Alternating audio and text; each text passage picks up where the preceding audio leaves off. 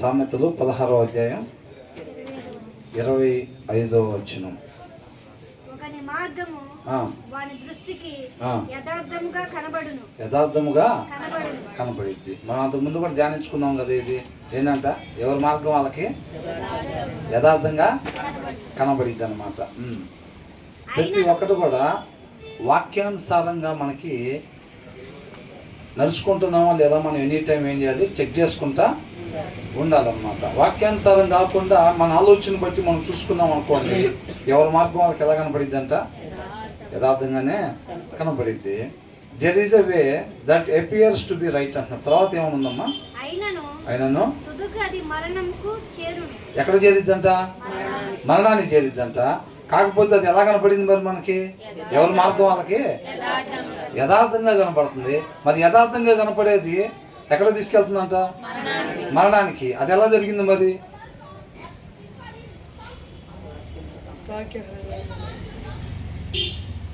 యథార్థంగా కనపడింది మరణానికి ఎలా తీసుకెళ్తుంది?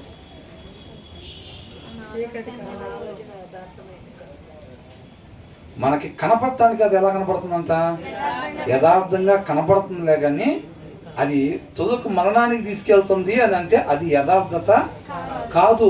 కానీ మనకు కనిపించడానికి అది ఎలా కనపడుతుందంట, యథార్థంగా కనపడుతుంది అని అంటున్నాడు. దాన్ని మనం చూసుకోవాలన్నమాట. 100% నాకు ఎందుకు ఇదే కరెక్ట్ అనిపిస్తుంది, నీకు అనిపించటం నాకు అనిపించటం కాదంట. There is a way that appears to be right అని అంటున్నాడు. అది కనపడుతుంది ప్రతి ఒక్కరికి. ఏంటంటే మన ముందు ఒక పరిస్థితి ఉంటుంది, ఆ పరిస్థితుల్లో నుంచి వెళ్ళటం అది నిత్య జీవానికి తీసుకెళ్ళిద్ది అనుకుంటా అని మనకి అనిపించట్లేదు. కానీ మనం ఎప్పుడు కూడా పరిస్థితి వైపు చూసేవాళ్ళంగా మనం ఉండకూడదు అనమాట. మనం ఏంటంటే వాక్యాన్ని అనుసరించటమే మన జీవిత విధానం కావాలి. ఈ పరిస్థితుల్లో వాక్యమైన దేవుడు ఎలా ఉండమని చెప్తున్నాడు అనేది ప్రతిదీ కూడా మనం చూసుకో. ప్రతి క్షణం వాక్యం ఏం చెప్తా ఉంది, ఈ విషయం గురించి వాక్యం ఏం చెప్తుంది. పిల్లలతో మాట్లాడాలా మనం, ఆ పిల్లలతో మాట్లాడే విషయంలో వాక్యం ఏం చెప్తుంది, ఎలా డీల్ చేయాలని చెప్తుంది పిల్లల్ని. లేదు భార్య భర్తలు ఇద్దరు మాట్లాడుకుంటున్నారా, ఎలాగా ఉండాలని చెప్తుంది భార్యతో, అవునా? లేదు బయట ఎక్కడన్నా ఒక ఫెలోషిప్ లేకపోతే ఒక సహోదరుడి దగ్గర మనం ఉన్నాం అనుకోండి, ఎలా ఉండాలని చెప్పి వాక్యం చెప్తా ఉంది. ప్రతి క్షణం కూడా మనకు ఒక అలవాటు ఏమైపోవాలంటే ప్రతి క్షణం కూడా దీని గురించి వాక్యం ఏం చెప్తుంది. నేను ఇప్పుడు పనికి వెళ్ళాను, ఒక ఆఫీస్కి పని చేయడానికి వెళ్ళా. పొద్దున్నే 9ంటికో 10ంటికో వెళ్ళా. 10ంటికి నేను అక్కడికి వెళ్ళిన తర్వాత నాకు ఖచ్చితంగా గుర్తు రావాల్సింది ఏంటి, కొంతమందికి చక్కగా భోజనం దగ్గర కూర్చోకొని ఆటోమేటిక్గా కళ్ళు మూసుకుంటారు, కళ్ళు మూసుకొని ప్రే చేసుకుంటారు. బయటకి అని అనగానే వాళ్ళు ఆటోమేటిక్గా చెప్పులు వేసుకోవటానికి వెళ్ళక ముందే అక్కడ నుంచి ఏం చేస్తారు, ప్రే చేసుకుంటారు. అది వాళ్ళ జీవిత విధానంగా ఒక అలవాటుగా మారిపోయిందన్నమాట. ఇవన్నీ కూడా మంచి లక్షణాలు, మంచి అలవాట్లు, అవునా కదా? మనకు కూడా ఏమవ్వాలంటే ఒక ఆఫీస్కి వెళ్ళాము, అక్కడ ఇంక వ్యవహారం స్టార్ట్ చేసాము, 10 గంటలకి ఇంక వర్క్ స్టార్ట్ చేసాము అని అంటే ప్రతి దాంట్లో నుంచి కూడా మనం ఎలాగంటే వాక్యం అనే లెన్స్లో నుంచే చూడాలి. ఇప్పుడు కలజోడు ఉన్న వాళ్ళు ఉంటారు కదా, ఇప్పుడు మా వాడు ఉన్నాడు, కలజోడు లేకుండా చూస్తాడా ఏమన్నా? ఆ గ్లాసుల్లో నుంచే ఏదైనా చూడాలి. ఒక విశ్వాసం అన్న వాళ్ళు ఏంటంటే ప్రతి క్షణం కూడా వాక్యం అనే లెన్స్లో నుంచే ప్రతి దాన్ని మనం చూసేవారుగా ఉండాలంతే.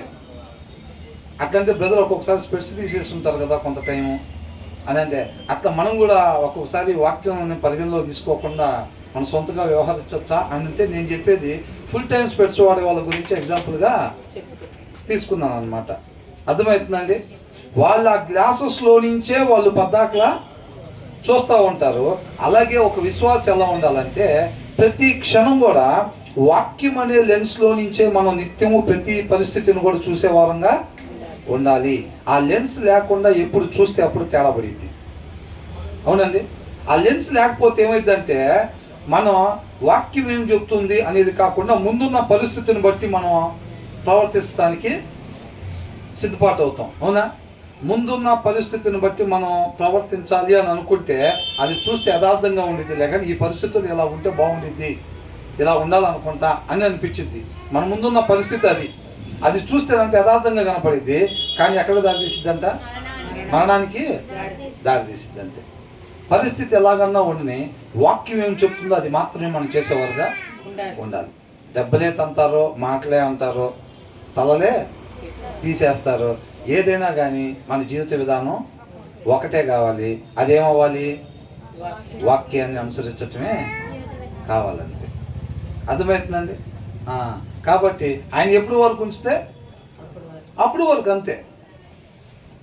ఒకవేళ ఇలా ఉండాల్సి వస్తే డబ్బులు పడతాయేమో అని అనుకుంటే ఎమ్మటే కొద్దిగా అక్కడ ఫ్లైఓవర్ వేసుకొని వాక్యాన్ని అనుసరించడం మానేసి కొద్దిగా పరిస్థితి దాటిన తర్వాత మళ్ళీ వాక్యాన్ని అనుసరించడం అనుకుంటే అడుగు పక్కన వేయగానే మనకి ఎదురు ఎవరు నిలబడతారంట? దేవుడే నిలబడతారు. మొత్తం మారిపోయింది సీన్. అవునా? ఒక్కడిగా టేస్ట్ తర్వాత టేసేద్దాం అనుకుంటాం. ఈ ఒక్కసారి కొద్దిగా అబద్ధం చెప్పేసి తర్వాత అంతా మళ్ళీ లైన్ మీదే కరెక్ట్గా అబద్ధం చెప్పటం, ఎమ్మటే తర్వాత మోకాలు వేయటం, ప్రార్థన చేయటం, మళ్ళీ లైన్లోకి ఎక్కటం, మళ్ళీ వెళ్ళిపోవటం అని అనుకుంటాం మనం. అవునా? ఒకసారి అడుగు అవతల పడిన తర్వాత ఈ ఒక్కడు చూసేసి సీరియల్ తర్వాత ఎమ్మటే మోకాలు వేసి ప్రార్థన చేసేసుకున్నాం. ఫ్యామిలీ ప్రేయర్, సాయంత్రం ఫ్యామిలీ ప్రేయర్లో ప్రభా క్షమించని ఒప్పేసుకుంటే మళ్ళీ ఎమ్మటే ట్రాక్ ఎక్కేస్తాం అని అనుకుంటే పొరపాటే. అర్థమైందండి? అలా ఉండదు. ఇంకా చాలా మన అన్నిటికీ లెక్క చెప్పాల్సి ఉంటుంది అన్నమాట. కాబట్టి మనం చూసుకోవాలి, మన ముందు ఏదైతే మార్గం కనపడుతూ ఉందో అది సరైన మార్గం కాదు. వాక్యాన్ని అనుసరించటం అదేంటంటే ముందు పరిస్థితుల్లో కనపడదు, అది పరిస్థితుల్లో కనపడదు, అయినా వాక్యానుసారంగా మనం అనుసరించాలి అంటున్నాడు. But in the end it leads to death అని అంటున్నాడు. ఈ టైంలో నిజం చెప్తే మాత్రం తేడా పడిద్దని అనుకుంటాం.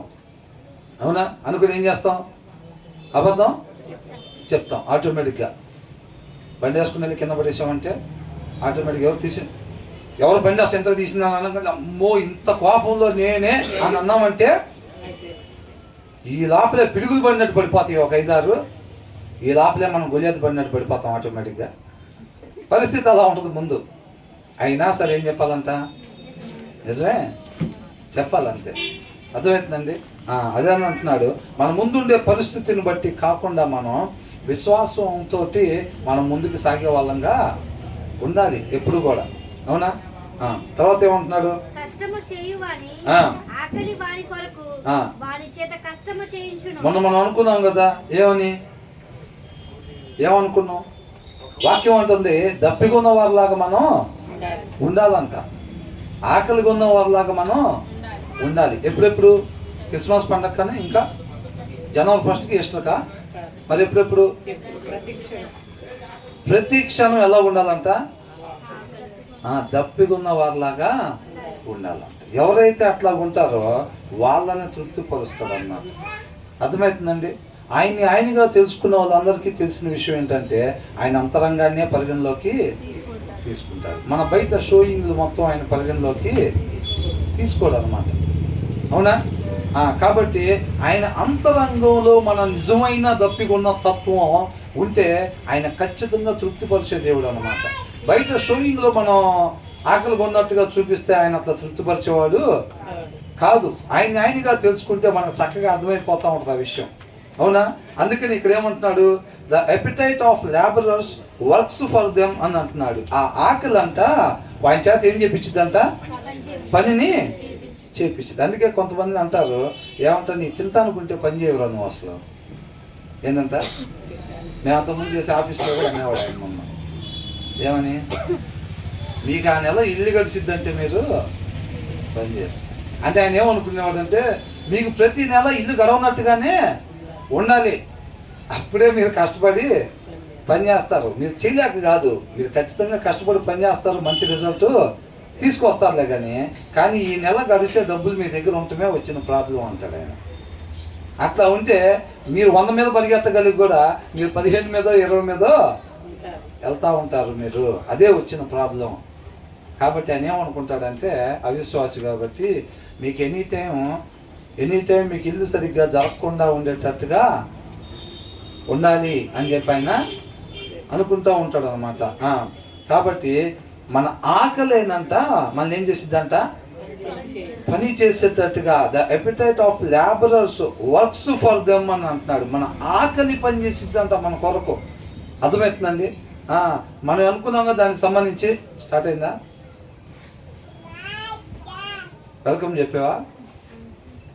నిద్రకు స్వాగతం అన్నట్టున్నావు. వెల్కమ్ చెప్పావు ఇంకా. అయితే దాని తర్వాత ఏమైంది? దేర్ హంగర్ డ్రైవ్స్ దెమ్ అని అంట. ఎవరు నడుపుతారంట? అలా ఆకలి వారిని ఏం చేసిద్దంట? తొందర పెట్టిద్ది, డ్రైవ్ చేసి ముందుకు నడిపిస్తూ ఉండిద్ది అనమాట. నిజంగా మన ఆకలిగా ఉంటే మన బైబిల్ అంతసేపు అలమరలో ఉండవు. అర్థమవుతుందండి? ఎక్కడ? అంతరంగంలో నిజమైన ఆకలి ఉంటే. అట్లా కాకుండా ఎంతమంది దప్పికొన్న వాళ్ళలాగా ఉన్నారు అని అంటే 2 రోజులు బైబిల్ చదవకపోయినా, 3 రోజులు చదవకపోయినా, 5 రోజులు చదవకపోయినా, 2 వారాలైనా ఎంతమంది దప్పికొన్న వారిలాగా ఉన్నారని అంటే ఒక్కటే ఇట్లా పైకి చూసి వాక్యం ఏం చెప్తుంది? ఆకలి కొన్న వారిలాగా ఉండమంటుంది కదా. మనం ఎత్తపోతే పెద్ద భక్తులను కాదనుకుంటారు కాబట్టి ఆటోమేటిక్గా ఎంతమంది ఆకలి కొని దప్పికొన్న వారిలాగా ఉంటున్నారంటే ఏం చేస్తాం? ఆటోమేటిక్గా చేతులు ఎత్తుతాం. వారం నుంచి బైబిల్ చదివిన వాళ్ళు ఎవరో చేస్తానంటే అది బైబిల్ చదువుతున్నారా అంటే కొంతమంది చదవట్లేదు అంటున్నారు. ఎవరెవరు చదువుతున్నారో చేస్తానంటే 3 ఎత్తుతున్నారు. 20లో లేకపోతే 25 మంది ఎంతమంది ఎత్తుతున్నారు? 3. మరి మిగతా వాళ్ళందరూ ఎంతమంది దప్పుకున్న వాళ్ళలాగా ఉంటున్నారంటే 25 మంది ఎత్తుతున్నారు. అదేమి లెక్క? అవునా? మరి అంతసేటు దప్పికొంటే, అంతసేటు ఆకలి కొన్న వాళ్ళలాగా ఉంటే ఆ ఆకలి మన చేత పని చేయించాలి కదా. ఆత్మీయ వర్క్, దానికి కావాల్సిన ఆహారం కోసం ఏం చేసిద్దంట? ఆకలి అంట దాన్ని తృప్తిపరుచుకోవటం కోసం మన చేత ఏం చేయించింది? పని చేపించింది అనమాట. నిజంగా మరి మనం అట్లాగా ఆత్మీయంగా ఆకలి ఉన్న వారిలాగా ఉంటే మరి ఆకలి మన చేత పని చేయించాలి కదా, దాన్ని తృప్తిపరచుకోవాలి కదా. వాక్యం చదివి, ఆత్మీయ ఆహారం చదివి తృప్తిపరచుకోవాలి కదా. ఎంతమంది దప్పికొన్న వారిలాగా ఉంటున్నారు అని అంటే అందరం చేతులు ఎత్తుతున్నాం. వారం నుంచి వాక్యం చదివిన వాళ్ళు ఎవరంటే కూడా దాంట్లో కూడా ఉంటున్నాం. అంటే ఈ రెండిట్లో ఎక్కడో ఒక దగ్గర అబద్ధం ఖచ్చితంగా చెప్తున్నాం. అర్థమవుతుందండి? అబద్ధం చెప్పడం వల్ల ఎవరు మోసం చేసాం? మనల్ని మనమే మోసం చేస్తాం. మనం బైబిల్ చదవకపోతే దేవుడికి ఏమైనా అయిద్దా? ఆయనకేమీ అవదు. మనకే ప్రాబ్లం అన్నమాట. అర్థమవుతుందండి? మనకి ఎంత ఆకలిగా ఉన్నాము అనేది ఎలా తెలిసిద్ది అంటే మనం ఎంతగా ఆత్మీయ ఆహారాన్ని తీసుకుంటున్నామో దాన్ని బట్టి మనకి ఎంత ఆకలిగా ఉంటున్నామో మనకి అర్థమైంది. అంతే తప్ప 10 సార్లు, 20 సార్లు, 50 సార్లు నేను నిజంగా ఆకలి కొని ఉంటున్నా, దప్పికొన్న వారిలాగా ఉంటున్నా, నేను నాకు ఆసక్తి ఉంది, అది ఉంది, ఇది ఉందని మనం ఉట్టిగా మాటలు చెప్పి బైబిల్ చదవట్లేదు అనుకోండి, మనం ఆకలి లేకపోయినా ఆకలి ఉందని చెప్తున్నాం అన్నమాట. అంతరంగంలో వాస్తవానికి ఆకలి లేదు. అందుకనే మనం వాక్యం తీసి చదవట్లా. ఆకలి మన చేత పని చేపించట్లా. లోపల ఆకలి లేదు, దప్పికొన్న తత్వం లేదు. బయటకు అడుగుతుంటే ఏం చెప్తున్నాం? ఎంతమంది ఆకలిగా ఉన్నారని అంటే అసలు వారం నుంచి తిన్నలాగా ఉన్నామండి వాక్యం కోసం. ఎట్లా ఉన్నామంట? వారం నుంచి భోజనం చేయకుండా ఉన్న వాళ్ళు ఎట్లా ఉంటారో మేము వాక్యం కోసం అంత ఆకలిగా ఉన్నామండి మేము అని చెప్తాం. అంత ఆకలిగా ఉంటే వారం నుంచి బైబిల్ అల్మార్లోనే ఉండిద్దా? ఉండదు. అది మనం చెక్ చేసుకోవాలి. జనాలు ఏమనుకుంటున్నారు, జనాల ముందు మనం ఎట్లా చెబుతున్నాం అనేది కాదు, కానీ మన అంతరంగంలో మనం వేసుకోవాల్సిన ప్రశ్న, మనకి ఎంత ఆసక్తి ఉంది వాక్యం తీసుకుని, అంటే ఆత్మీయ ఆహారాన్ని భుజించటం కోసం నేను ఎంతగా తపన పడుతున్నాను, ఎంత దప్పికొన్న తత్వం నాలో ఉందనేది ఎవరి కాళ్ళకి అర్థం అయిపోయింది అనమాట. అది చూసుకోవాలి. The appetite of labourers works for them, their hunger, వాళ్ళకున్న ఆకలి అంట డ్రైవ్స్ దెమ్ అని అంటున్నాడు. వాళ్ళు బైబుల్ దగ్గరికి వెళ్ళేటట్టుగా ఆకలే చేసి వాళ్ళు నిజంగా ఆకలి ఉండేవాళ్ళు. వాళ్ళు కొంతమంది ఉంటారు చూసారా, ఆ వాక్యం దగ్గర కూర్చొని చదువుతూ ఉంటారు, హిడెన్ ట్రెజర్ తవ్వుకుంటూ ఉంటారు. బంగారం ఎట్లా ఎదుగుతారండి? గనుల్లో ఏం చేస్తూ ఉంటారు? బంగారం ఊరిని అట్లా ఎడారిలో ఇసుక మీద పడేసి ఉంటుందా? బంగారపు గనులు అడుగు భాగాల్లోకి వెళ్ళి ఏం చేస్తూ ఉంటారు? శ్రమపడి తవ్వుతూ ఉంటారు అన్నమాట. శ్రమపడి తవ్వుతూ ఉంటారు. కొంతమంది బైబిల్ దగ్గర కూర్చొని కూడా అలాగే చేస్తూ ఉంటారు. మెల్ల పట్టేస్తూ ఉంటాయి, అలా మెడలో పట్టేస్తూ ఉంటాయి, నడుము నొప్పుడుతూ ఉంటాయి. అయినా దానికి సంబంధించిన ఏయో ఏర్పాటు చేసుకొని, లేకపోతే కొద్దిగా టేబుల్స్ లేకపోతే హైట్గా ఉండే ఏయో పెట్టుకొని వాళ్ళు ఏం చేస్తూ ఉంటారు? తవ్వుతూ ఉంటారు అన్నమాట బంగారం కోసం. ఏ బంగారం? వాక్యం. సత్యం అనే బంగారం కోసం ఏం చేస్తూ ఉంటారు? వాళ్ళు తవ్వుతూ ఉంటారు. ఎందుకని? వాళ్ళకి ఏమైనా రోగమా? వాళ్ళకి ఏదైనా ప్రాబ్లం ఉందంటారా? మరి ఏంది అది? ఏందంట? ఆకలి. వాళ్ళకి అంతరంగంలో ఏందంట? ఆకలి ఉందా వాళ్ళకి. అర్థమవుతుందండి? ఆ దప్పికొన్న తత్వం ఉందన్నమాట వాళ్ళకి. నీ ఆజ్ఞలు నీ కట్టడలు గై కొనుటకే నన్ను బ్రతికించమని చెప్పాడు 119లో. ఉందా లేదా? మనం దేనికోసం అంట బతకాల్సింది? అసలు ఆయన చిత్తం నెరవేర్చడం అయిపోతే మనం ఒక్క క్షణం కూడా ఉండాల్సిన అవసరం లేదు ఇంకా. అర్థమవుతుందండి? మనం ఉండాలి అని అంటే దేనికోసం ఉండాలంట? ఆయన చిత్తం నెరవేర్చడానికే ఉండాలి. ఆ వచ్చిన పని అయిపోయిందంటే ఇక క్షణం కూడా మనకి ఏం అవసరం లేదంతే ఇంకా. అవునా కదా? అట్లాగనమాట. కాబట్టి ఆ ఆకలిగా ఉన్న వారిలాగా మనం ఉండాలి. వాళ్ళు కొంతమంది ఒకరోజు చదువుపోతే వాక్యం వాళ్ళకి ఎలా ఉంటుందంటే అసలు, అవునా, అసలు వాక్యం చదవలేదు, చాలా గ్యాప్ వచ్చింది. వాళ్ళ బెస్ట్ ఫ్రెండ్ ఎవరు? వాక్యం అయి ఉన్న దేవుడు. అవునా కదా? ఆయనతో సమయం గడపకపోతే ఏంటంటే చాలా రోజులు అయినట్టుంటుంది. కొంతమందికి ఏంటంటే భార్య భర్తల మధ్యలో అట్లాగా ఉంటుంది. అవునా? అట్లా ఎవరికైనా ఉంటుందా? మీరన్నీ ఇట్లా అడుగుతారు, జనాల ముందు అడుగుతారు, ఎత్తపోతేనేమో అవునా ఇన్ని రోజులు కలిసిపోతుంటే మీ ఇద్దరు పెద్ద దేవుని ప్రేమ కలిగి ఉంటున్నారు అనుకుంటున్నాం, చేతులు ఎత్తలేదంటే తుస్సేనా అంతా అని అనుకుంటారు. కాబట్టి ఇంకా ఆటోమేటిక్ ఏందంట, ఉన్నా లేకపోయినా. పోయినసారి చెప్పుకున్నాం కదా, ఎలా ఉందిరా డ్రెస్ అని ఇటు నించొని అడిగితే అది చూసి అదిరిపోయిందిరా అని అంటారు. ఏందిరా చూడకుండానే చెప్పాను, చూసినా అదే కదా చెప్పేది. ఏంటంట, ఏ డ్రెస్ వేసుకొచ్చాడో చూడపోయినా అంట, అది తిరుగున్నప్పుడు ప్రశ్న అడిగితేనంట అప్పుడే సమాధానం అదిరిపోయిందిరా అని చెప్పేసాడు. అది అదరకపోయినా చెప్పాల్సిన సమాధానం అదే కదరా, అదిరిందనే చెప్పాలిగా. అదరపోతే అదరలేదురా అని చెప్పడానికి అవకాశం లేదు కదా. యథార్థంగా ఉండాలి కదా మనం. కాబట్టి మనం అంతరంగంలో దప్పికొన్న వారిలాగా ఉండాలి.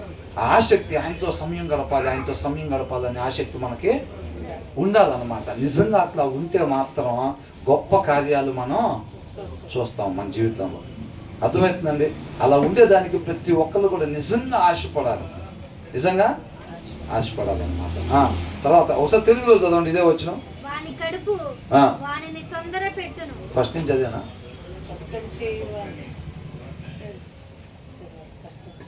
కష్టము చేయువాని ఆకలి వాని కొరకు వాని చేత కష్టము చేయించును. ఏంటిదంటే చేయించేది? కష్టము చేయువాని ఆకలి. ఏంటంటే చేయించేది అక్కడ? ఆ ఆకలే చేపించింది. వాళ్ళు ఎలా చదువుతున్నారండి, వాళ్ళు ఎలా ఉంటున్నారండి, వాళ్ళు ఎలాగా అసలు ఇవన్నీ చేస్తారండి కార్యాలు? ఆకలిగా ఉన్న వాళ్ళ దేనికోసం? కొంతమంది రకరకాల వాటి కోసం ఆకలి పడతా ఉంటారు. రకరకాల చీరలు తృప్తి ఉండదు, ఎన్ని అలమరలు నిండినా ఆకలి అంటూ ఉంటారు. దేని మీద ఆకలి? చీరల మీద ఆకలి వాళ్ళకి. కొంతమందికి ఒక నెక్లెస్ పెట్టామంటే దీని కింద ఇంకొకటి ఉంటే ఎదిరిపోయింది. అసలు డ్రెస్ ఇక్కడ దాకా వేసుకుంటాం కాబట్టి ఇది ఇక్కడ దాకా కవర్ చేసింది, ఇంకోటి వేస్తే ఎదిరిపోయింది అంటాం. రెండోది పెడితే ఇంకొకటి ఉంటే అదిరిపోయింది, అసలు శారీ మీద కూడా కవర్ అయింది అని అంటాం. తర్వాత ఆకలి. అవునా కదా? ఒక్కొక్కరు ఒక్కొక్క దాంట్లో ఆకలి అన్నమాట. కొంతమందికి రకరకాల వాటి మీద ఆకళ్ళు ఉంటాయి అన్నమాట. మన ఆకలి దేని మీద ఉందో మనం చెక్ చేసుకోవాలి. తర్వాత కాబట్టి ఆ ఆకలి పని చేయించిద్దంట. అందుకని వాళ్ళు ఏం చేస్తారంటే, వాళ్ళు దేనికోసం దేంట్లో తృప్తిని చూసుకుంటారో వాళ్ళు ఏం చేస్తారంటే వాళ్ళు ఆ పని చేస్తూ ఉంటారు. ఆ చీరలే కొని రాసుకుంటూ ఉంటారు. కొంతమంది ఆ బంగారం కోసం కష్టపడుతూ ఉంటారు. ఈ తాగే వాళ్ళు ఆకలి ఏం చేస్తారు? శనివారం దాకా వాళ్ళకాడ ఓపిక ఉండదు, తాగి తినకుండా ఉంటారు. అయినా ఎముకలు కూడా వేసుకొని పని చేస్తూ ఉంటారు శనివారం దాకా. దేనికోసం రా అంటే శనివారం పేమెంట్ కోసం. అవునా? ఆ శేషాల ఆకలి వాళ్ళకి. అమ్మ బాబోయ్ పని చేయలేదంటే శనివారం పేమెంట్ రాదు, శనివారం నైటు ఆదివారం మొత్తం ఫుల్ డే ఆకలి తీరదు. మళ్ళీ ఆకలి తీర్చుకోవాలంటే వారం అంతా ఎముకలు కూడేసుకొని పని చేస్తూ ఉంటారు. బలం ఉండదు, వాళ్ళ శక్తి ఉండదు, ఓపిక ఉండదు. అర్థమవుతుందండి? వాళ్ళ ఆకలి తృప్తిపరచుకోవటం కోసం అన్నమాట. ఆకలే పని చేయించింది. తర్వాత ఏమంటున్నారు?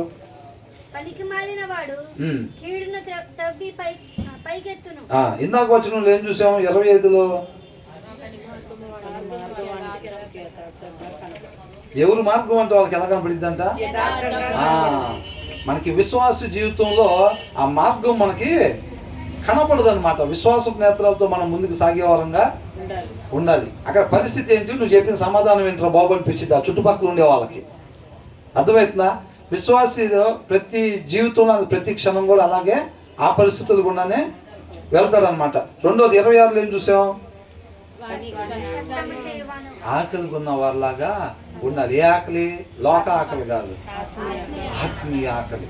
మనకు నిజంగా ఉంటే వాక్యం అన్న అసలు చెప్పడం 3 వారాలు అవుతున్నాను బైబిల్ తీసి. ఎందుకని? ఆకలి లేదు, ఆకలే లేదు. అది ఉంటే ముఖ్యమైనది ఆ పని కదా.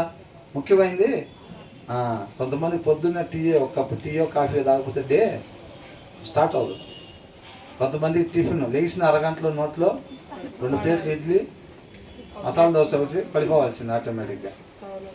అవునా? కొంతమందికి అట్లా. ఇప్పుడు దీంట్లో ఏంటంట 27వ వచనంలో ఎవరంట? ఆ మాట వినగానే మనం ఏం చేయాలి? ఎవరో హృదయంలో వాక్యం లేనోడి గురించి చెప్తున్నాడు. వాళ్ళు ఏం చేస్తున్నారు అది మాత్రం మన జీవితంలో ఉండకుండా చూసుకోవాలి మనం అని అనుకోవాలి. అంతేనా?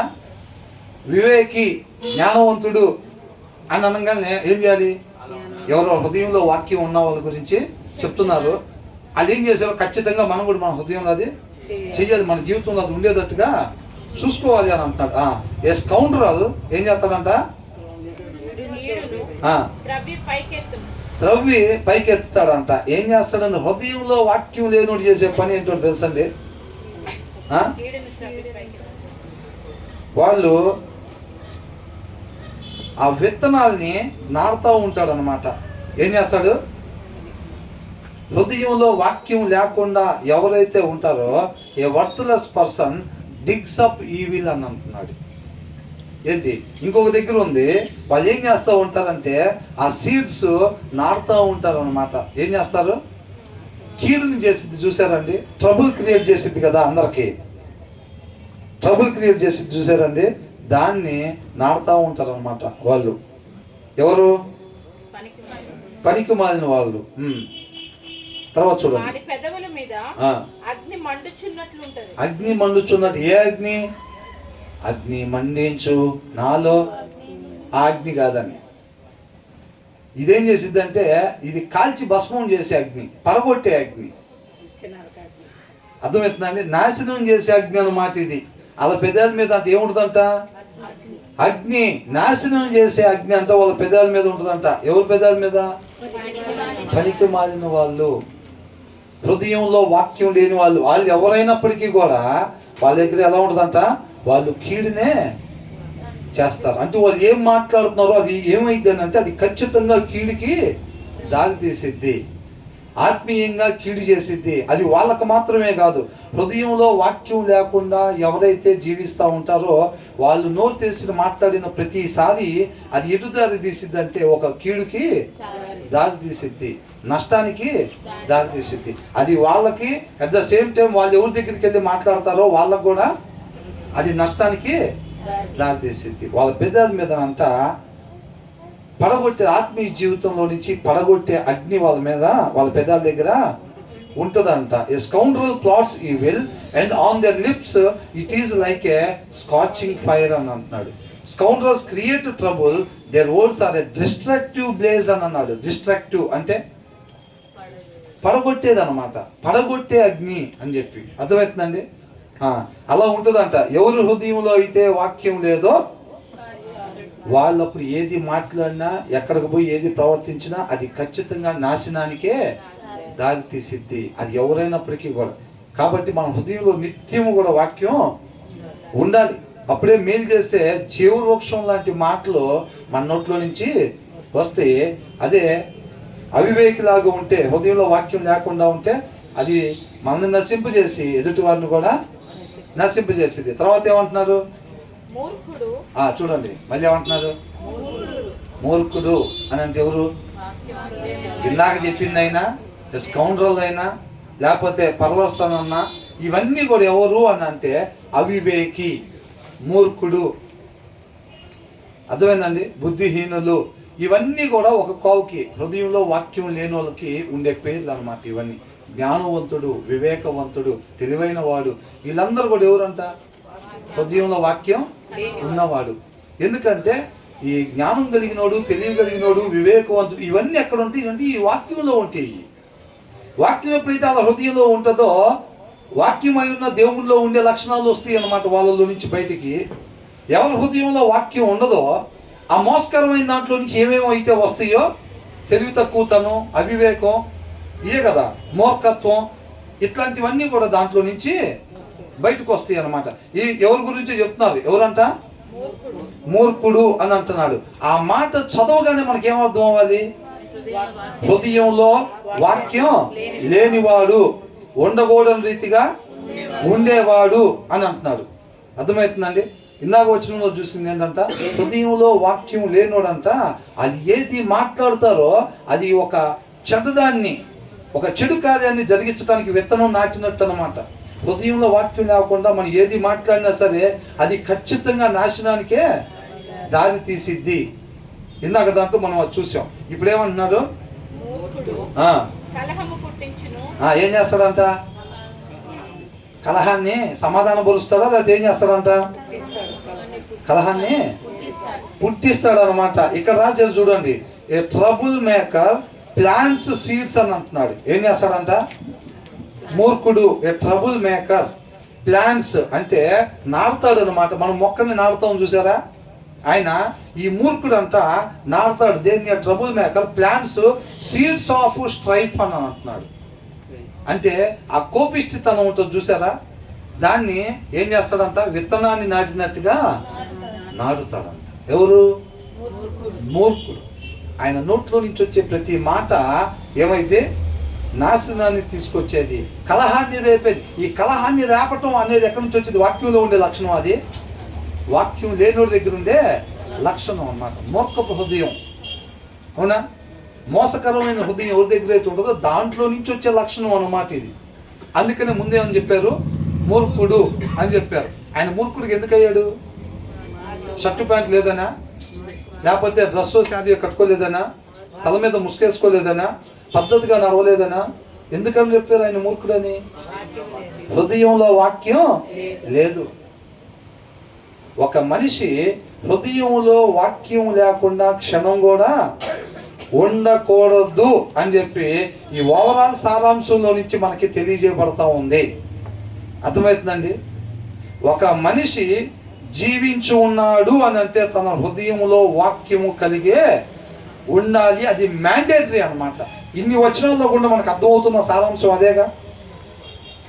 వాక్యం లేకుండా ఒక మనిషి క్షణం కూడా ఉండకూడదు. లాస్ట్లో తెలుగులో ఒక పాఠం ఉంటుంది కదా, లాస్ట్లో ఉంటుంది ఒకటి, ఏమిటి? నీతి లేకపోతే గుణపాఠం. ఇందువల్ల మనం నేర్చుకున్నది ఏంటంటే, దీని మొత్తం స్టోరీలోంచి మనం ఏం నేర్చుకున్నాం అయ్యా అంటే ఒక నీతి వాక్యం ఉండిద్ది. ఓవరాల్ సారాంశంలో నుంచి మనం నేర్చుకుంటున్న ఈ వచనాలు అన్నింటిలో నుంచి సారాంశం మనం ఏం నేర్చుకుంటున్నాం? ప్రతి మనిషి కూడా వాళ్ళు జీవించే ప్రతి క్షణం హృదయంలో వాక్యము కలిగే జీవించాలంతే. అదేగా మనకు అర్థమవుతుంది, అవునా?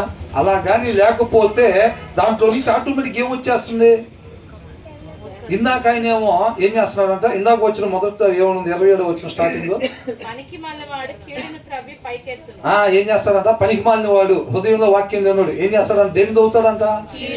సత్యాన్ని దవ్వుతాడా, కీడు దవ్వుతాడా? కీడుని దవ్వుతున్నాడంట. అర్థమైనా? హృదయంలో వాక్యం లేకపోతే ఆటోమేటిక్ గా కీడుని తవ్వుతారు ఎవరైనా అంతే. ఇప్పుడు ఏంటంట? మూర్ఖుడు అని అంటే ఆ ప్లేసులు ఏం పెట్టుకోవాలి అని అంటే, పనికి మాలిన వాడైనా సరే, మూర్ఖుడైనా సరే, ఇంకొకడైనా సరే, ఈ అన్ని ప్లేసులు హృదయంలో వాక్యం లేనివాడు అని అర్థం అనమాట. కామన్ వర్డ్ వీటన్నిటికీ కలిపి ఒక పదం ఏం పెట్టవచ్చు అని అంటే, హృదయంలో వాక్యం లేనివాడు అని పెట్టచ్చు. వాడు కీడుని దవ్వుతాడు, వాడు మళ్ళీ ఏం చేస్తాడంట? కలహాన్ని రేపుతాడన్నమాట. అంటే వాళ్ళు నోరు తెరిచి మాట్లాడే ప్రతి మాట అది కలహానికి, తుదకది కలహానికి దారి తీసిద్ది అని అంటున్నాడు. అర్థమైంది? వాళ్ళు ఎవరైనా కానీ బాప్తిసం తీసుకొని ఎన్ని సంవత్సరాలు అవుతున్నా, పుట్టి క్రైస్తవులైనా సరే, పాటలు పడేవాళ్ళైనా, ప్రార్థన చేసేవాళ్ళైనా, వాక్యం చెప్పేవాళ్ళైనా, నడిపించేవాళ్ళు ఎవరైనా సరే ఏంటంట, హృదయంలో వాక్యం లేకుండా వాళ్ళు మాట్లాడే ప్రతి మాట అది ఖచ్చితంగా కలహానికి దారి తీసిద్ది అని అంటున్నాడు. ఎవరైనా చూడండి, ఇప్పుడు పాస్టర్ గారు అయినా సరే, ఆయన కూడా వ్యక్తిగతంగా దేవునితో సహవాసం లేదనుకోండి, ఆటోమేటిక్గా ఆయన పాస్టర్ గారి ప్లేస్లో ఉన్నారు కాబట్టి ఏం చేస్తారు? కౌన్సిలింగ్కి పిలుస్తారు. సమాధానం లేని ఇంట్లో ఆటోమేటిక్గా భార్యో భర్తో అన్న కొంచెం మీరు సాయంత్రం ఒకసారి కుదిరితే ఇంటి దగ్గరికి రండి అన్న, కొంచెం ఇంట్లో కొద్దిగా మీతో మాట్లాడాలని అంటారు. అర్థమవుతుందండి? ఈయన హృదయంలో వాక్యం లేదనుకోండి, ఈయన కూడా ఆటోమేటిక్గా అక్కడ పోయినప్పుడు ఏం మాట్లాడతారు అనుకున్నారు? అన్న పరిస్థితి ఇదన్నా, మీకు కాబట్టి ఇంకెవరికి చెప్పుకుంటాం, అవునా, ఇంట్లో పరిస్థితి ఎలా ఉన్నాం, అయినా అట్లుంటూ వింటామ్మా, అన్నం తింటున్నాడా గడి తింటున్నాడా? ఎవరు మాటలు మరి అంత మూర్ఖంగా ఏందమ్మా? నేను వెళ్ళేది చాలా మంది దగ్గర చూసి వెళ్ళారు, మరి ఇంత దారుణంగా అసలు ఎట్లా ఉంటున్నారు అసలు అట్లా? ఎందుకని? ఆమెకు కూడా ఏమనిపించింది, చా చివరాకరికి శాంతంగా పాస్టర్ గారు కూడా అన్నం తింటున్నాడా గడ్డి తింటున్నాడా అంటున్నాడా, ఈయన వేస్ట్ అనుకుంటారు అయితే. అంటే ఈయన పోయి కట్టి వచ్చాడా లేకపోతే కటింగ్ చేసి వచ్చాడా? కటింగ్ చేసి వచ్చాడు. బైబిల్ పట్టుకొని వెళ్ళాడు, చక్కగా కటింగ్ చేశాడు, వచ్చాడు, ప్రార్థన చేశాడు, కటింగ్ చేసి వచ్చాడు. ఎందుకు జరిగింది ఆ కార్యం? ఈయన వాక్యం, ఈయన హృదయంలో వాక్యం లేదు. అవునా? మనిషి ఏం చేయలేడండి, చేస్తే ఏదన్నా వాక్యమే చెయ్యాలి. మంచి చెయ్యాలంటే అది వాక్యం వలన మాత్రమే అనేది 16వ అధ్యాయం 1వ వచనం నుంచి మనం మాట్లాడాల్సింది మాత్రమే మాట్లాడాలనంటే, ఏది పడితే అది మాట్లాడండి, మన వల్ల ఇది కానీ మాట్లాడాల్సింది యుక్తమైంది మాత్రమే మాట్లాడాలంటే అది యెహోవా వలన మాత్రమే సాధ్యమో 1వ వచనంలో చూసాం. 2వ వచనంలో ఏం చూసాం? కాదు, 16:2 వారి మార్గం. అంటే మనం ముందు అనేక మార్గాలు ఉంటే, కానీ నడవాల్సిన మార్గంలో మాత్రమే మనం నడవాలని అంటే ఆ మార్గం ఎవరు చూపించాలంట? దేవుడే చూపించాలి. మన ముందు అనేక అడుగులు ఉంటాయి అన్నమాట, చాలా ప్లాన్లు మనలో ఉంటే అడుగు పెట్టాల్సిన దగ్గర మాత్రమే పెట్టాలి అంటే ఆ మార్గం ఎవరు చూపించాలంట? దేవుడే చూపించాలి. అంటే మంచి చెయ్యాలంటే అది వాక్యమైన దేవుడి వలన మాత్రమే తప్ప, వాక్యం అనే దేవుడిని ఇంటికాడ పెట్టేసి వచ్చి, అవునా, మనం ఉత్తగానే ఊపుకుంటూ వెళ్ళామనుకోండి, బైబిలే పట్టుకెళ్తావో, తెల్ల సొక్కానే వేసుకుంటావో, పెద్దలాల్చి ఒక్కోసారి బెదర్ అంటారు కదా, పెద్దంగి వేసుకుంటే పెద్దయ్య గారు, చిన్నంగి వేసుకుంటే చిన్నయ్య గారు. పెద్దంగి వేసుకొని పోయినా సరే శుభ్రంగా ఏం చేసి వస్తాడు? కటింగ్ చేసి వస్తాడు. అవునా? ఆటోమేటిక్గా అంగి పడిందంటే అంత మీద జరిగిద్ది అనుకొని మాసం, అవునా కదా? ఆ భ్రమలో ఆ దీపాలు ఆలిపోయి చాలాసేపు అయితే నాలో తెలియదు. కానీ దీపాలు ఆలిపోయినా చూసుకోకుండా పెళ్లి కుమారుడు కోసం ఏం చేస్తున్నారు? తొంగి చూస్తున్నారు. ఆయన వచ్చాడు, యాహూ పెళ్లి కుమారుడు వచ్చాడు అన్నాడు. వచ్చాడే కానీ పక్కన తీసుకొని వెళ్ళిపోయాడు. ఇది కూడా ఏమనుకుంటారు? పెద్దంగి వేసుకొని ఆటోమేటిక్గా వెళ్ళిపోతారు. బ్రహ్మాండంగా మాట్లాడవచ్చు. సాయంత్రం కల్లా వాళ్ళిద్దరు చూడు కలిసి కూర్చొని టీ తాగుతారు అనుకుంటారు. కలిసి కూర్చోవటం కాదు, రేపు పొద్దునే ఫోన్ వచ్చింది, అన్నయ్య ఇంకా విడాకులకి అప్లై చేసామని. ఎక్కడ తేడా వచ్చింది సరే, బయటకి ఏం మాట్లాడకూడదు, మనం వెళ్ళిన తర్వాత విడాకులు వచ్చింది అక్కడ కాబట్టి అని అనుకుంటారు. బయటికి చెప్తే ఏమైంది? నువ్వు వెళ్ళిన తర్వాత అంటున్నావు, తీరా చూస్తే పొద్దునే విడాకులు అంటున్నావు అంటే నువ్వు మాట్లాడిన దాంట్లోనే ఏదో తేడా ఉందని జనాలకు అర్థమైంది కదా. కాబట్టి ఏమంటారు? ఈ బయటికి చెప్పకూడదని అనుకుంటారు. నేను సాయంత్రం వెళ్ళి మాట్లాడి వచ్చానన్న మాట మింగేసేస్తారు, ఇక కప్పిపుచ్చేస్తారు దాన్ని, అంతే. దాన్ని సమాధి చేసేయటమే, అవునా కదా? అది తర్వాత తెలిసిద్ది అనమాట. వాళ్ళంతా ఏం మాట్లాడిద్ది? ఏమేమి మరి పరిస్థితి ఇలా ఉందంటున్నావు, మరి అయ్యగారిని పిలిచి మాట్లాడిచ్చిపోయావా అంటే, కొద్దో గొప్ప అతుక్కొని ఉన్న అయ్యగారిని పిలిచానమ్మా, అయ్యగారు వచ్చిన తర్వాత డెసిషన్ తీసుకున్నాను అంటారు.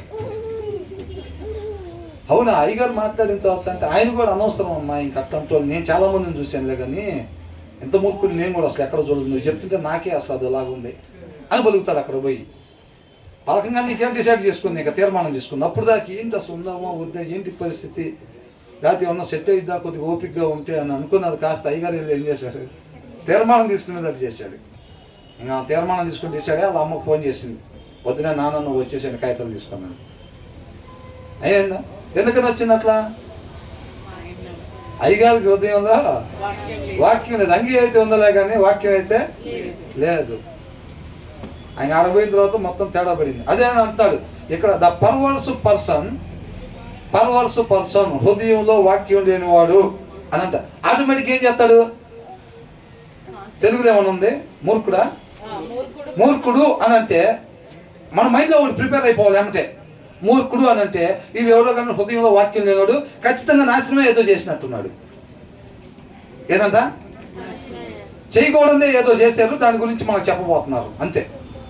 మన మైండ్లో సెట్ అయిపోవాలి అది. ఏమంటంట?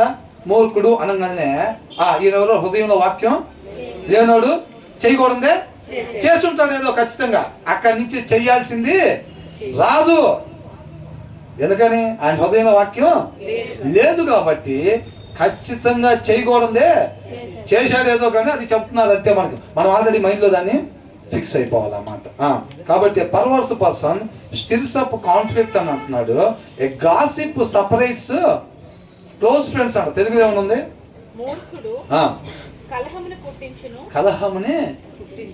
కలహమునే పుట్టిస్తాడు అంతే. అవునా కదా? అప్పుడప్పుడు మంచి కూడా పుట్టిస్తాడా? అసలు ఎక్కడ రాస్తుందా బైబిల్? అట్లా ఉండదు. నటిస్తాడు. ఎంత నటనంటే నాకు అసలు వీడు తప్ప ఇంకా మేలు చేసేవాళ్ళు ఎవరు లేరురా అనుకుంటాడు. మనం అనుకున్నాం కదా దీనికి సంబంధించి ఏం ధ్యానించుకున్నాం? ఇవాళ లాస్ట్ రోజు అని చెప్పి అప్లై చేసుకుంటాక ఇవాళ లాస్ట్ రోజు అని మధ్యాహ్నం తెలిసినా వచ్చి ఎప్పుడు చెప్తాడు? రేపొద్దని చెప్తాడు. గబగబా పరిగెత్తుకుంటూ వచ్చారే ఇట్లాగానంటే అవునా? అప్పుడు గారు కనుక్కునేసరికి నిన్నే లాస్ట్. అసలు ఇంతమంది ఉన్నారు, నా చుట్టాలు ఉన్నారు, వాళ్ళు ఉన్నారు, వీళ్ళు ఉన్నారు, నేను బెస్ట్ ఫ్రెండ్స్ అనుకునే వాళ్ళు చాలా మంది అనుకున్నాలే కానీ వాళ్ళందరూ కనీసం ఒక మాట చెప్పలేదు రా, వీడే నాకు చెప్పాడు అనుకున్నా. వాడికి ఎప్పుడు తెలుసు? వాస్తవానికి లాస్ట్ రోజు కాకముందే తెలుసు. అంత భయంకరంగా నటిస్తారనమాట వాళ్ళు. అర్థమవుతుందండి? అవతలకి ఎట్లా ఉంటుందంటే అసలు వీడియోరా ఇంకా నాకు అన్నట్టుగా నటిస్తారనమాట వాళ్ళు. రాస్తుంది కదా వచ్చిన వాళ్ళు మనం చూసాంగా, అట్లా నటిస్తారనమాట వాళ్ళు. నటన అయితే చేస్తారేమో కానీ అక్కడి నుంచి ఏమొచ్చిందంట? మూర్ఖుడు కలహమునే అనేది మనం ఫిక్స్ అయిపోవాలి. అదంతే మైండ్లో. ఎవరన్నా వచ్చి పొరపాటున మూర్ఖుడు పలానా వాళ్ళకి ఇట్లాగా మంచి చేశాడంట అంటే అది జరగదు, అది అసంభవం. అది ఎక్కడో పొరపాటు జరిగింది. నువ్వు వినటంలోనో చూడటంలోనో ఎక్కడో పొరపాటు జరిగింది కానీ నువ్వు అన్న మాట అసలు జరగటానికి అవకాశమే లేదు. అది జరగదు కూడా అంతే. నువ్వు ఎప్పుడైతే ఆయన మూర్ఖుడు అని అన్నావో అది ఆటోమేటిక్గా ఆయన కలహాన్నే పుట్టిస్తాడు అంతే తప్ప మంచి చెడు. నువ్వు ఒక పక్కన మూర్ఖుడు అంటున్నావు, రెండో పక్కన మేలు చేశాడు అంటున్నావు. అయితే ఆయన వివేకి, నువ్వు అవివేకి అనుకొని ఉండాలి. లేదా ఆయన కలహాన్ని పుట్టిస్తే నువ్వు మేలు అనన్నా అనుకోవాలి అంతే తప్ప మూర్ఖుడు మంచి చేశాడు అని చెప్పి జరగటానికి వీలు అట్లా. అదే అంటున్నాడు. తర్వాత ఏమన్నా కొండగాడు అంటే ఎవరు? కొండగాడు అంటే అంతేనా? వాక్యం ఉన్నావని కొండగాడు అంటారా?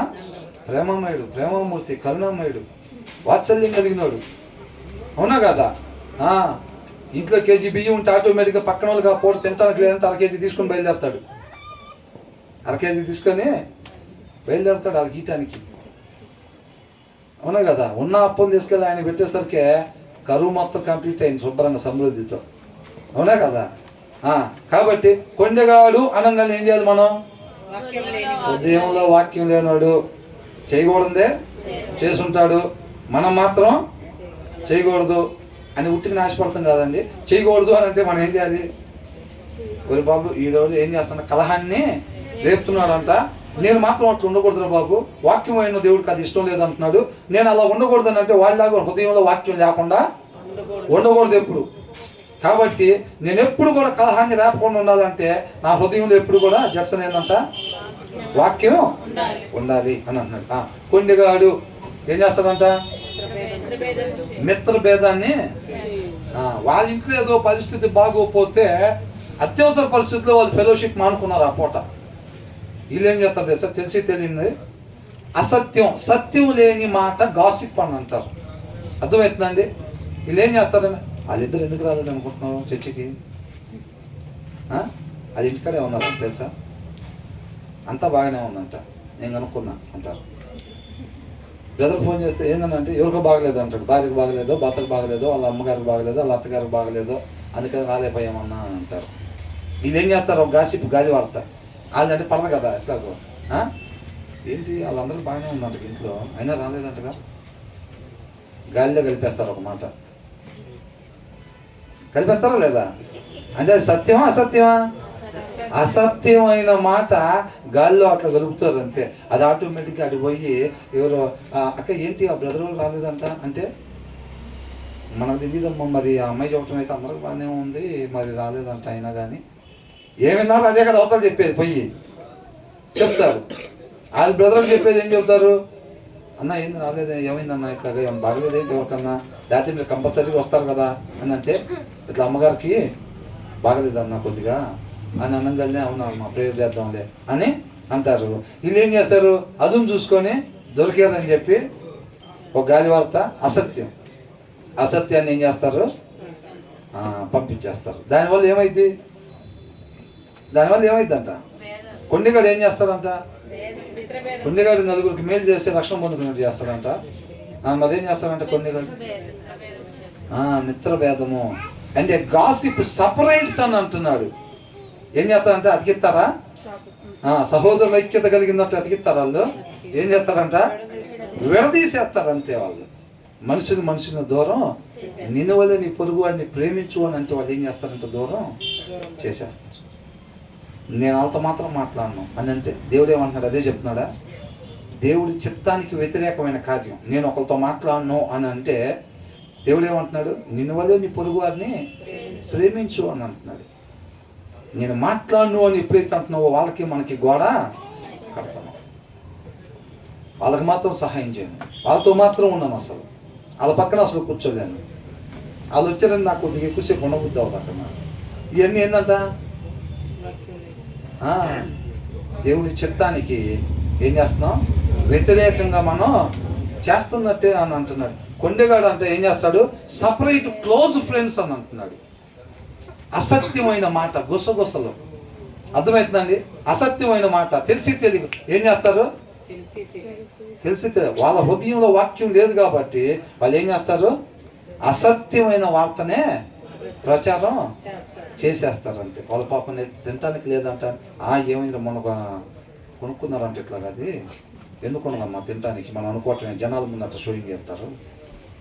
ఏంటంట, కొంతమందికి నిజంగా తినటానికి లేని వాళ్ళని చూసినా కానీ జాలి కలగదు. ఎందుకు, ఇలా హృదయంలో వాక్యం ఉండదు. పాప మన పరిస్థితి బాగలేదంట అని ఎవరన్నా అంటే జనాల ముందు అట్లా షో ఆఫ్ చేస్తారులే వాళ్ళు కొద్దిగా. ఏంటంట, జనాల ముందు అలా షో ఆఫ్ చేస్తారు. కొంతమందికి అది ఒక అలవాటు, ఎంత ఉన్నా కానీ జనాల ముందు అట్లా చేసుకుని ఎవరు అందితే చేసుకోవాలని అట్లాగా అని చెప్పి ఒక మాట, అసత్యమైన మాట. అది సత్యమా అసత్యమా? వాళ్ళ వాస్తవానికి నిజంగానే లేకుండానే ఉన్నారు. వీళ్ళు ఏం చేస్తున్నారు, అసత్యమైన ఒక గాసిప్ను, ఒక మాటని వదులుతున్నారు జనాల్లోకి.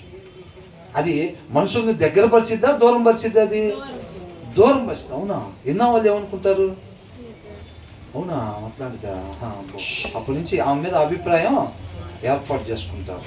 తర్వాత ఎవరన్నా అక్క ఏంటి వాళ్ళకి ఎట్లా అంట కదా, కొంచెం పరిస్థితి బాగా, అమ్మ వాళ్ళకి అది ఒక అలవాటు అంట. ఏంటంట, వాళ్ళకి అదొక అలవాటు అంట. ఇప్పుడే కాదు, నేను కూడా అంతకుముందు అట్లాగే అనుకునేదాన్ని. నిజమే పాపం అలా తింటానికి లేదు, దేవుడు మనకి ఇచ్చేదాన్ని బట్టి ఏదైనా చేద్దామని అనుకునేవాడిని. తర్వాత తెలిసింది నాకు